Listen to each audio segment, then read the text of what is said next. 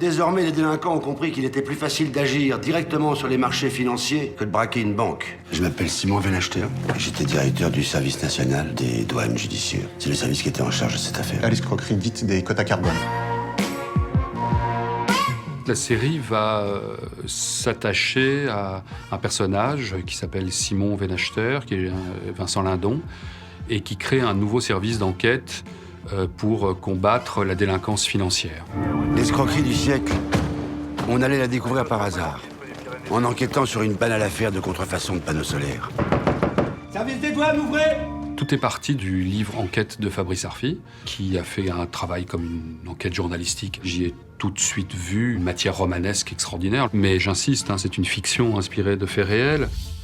C'est quoi le plan alors? En vérité, personne n'en parle vraiment. Le marché du CO2, c'est tout nouveau. Et comme c'est tout nouveau, c'est très peu surveillé. C'est le Far West. Ce qui était fascinant dans cette histoire, c'était d'abord les milieux sociaux différents des gens. Ah, c'est vous ça? Ouais. C'est classe. La Dream Team. Ah ouais. Très classe. Ces deux personnages qui sont pas bien dans leur milieu. Le mien est voyou et il veut devenir riche. Le tien est riche et il veut devenir voyou. C'est une quête presque identitaire, quoi, de se trouver à travers cette arnaque. Donc ça commence quand tout ça? C'est Jérôme qui gère le calendrier des investissements. D'ailleurs, c'est un cadeau à votre mari.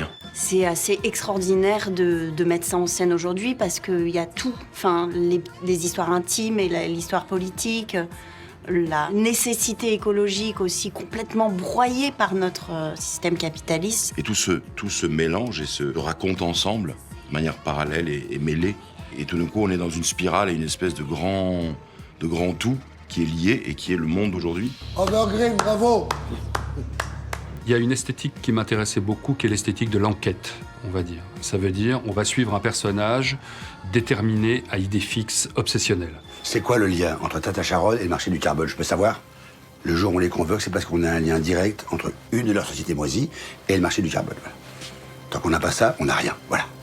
C'est quelqu'un qui représente la République, l'ordre, la morale, qui ont encore un peu d'utopie, qui pense qu'on peut encore écoper le navire. Voilà. C'est aussi simple que ça. La décadence au cinéma, c'est très sexy. C'est très beau à voir. Des gens qui se permettent tout. Ils sont le signe de quelque chose qui dégénère et qui n'est pas tolérable. C'est l'époque qui parle à travers eux. Tout simplement. Moi, je fais du cinéma. Donc c'est la première fois que je faisais une série. Et puis ça a été le bonheur d'être avec Canal+, c'est qu'ils m'ont donné une liberté totale et ils m'ont encouragé, poussé en me disant « Mais faites ça comme si vous faisiez un film ». Économie verte!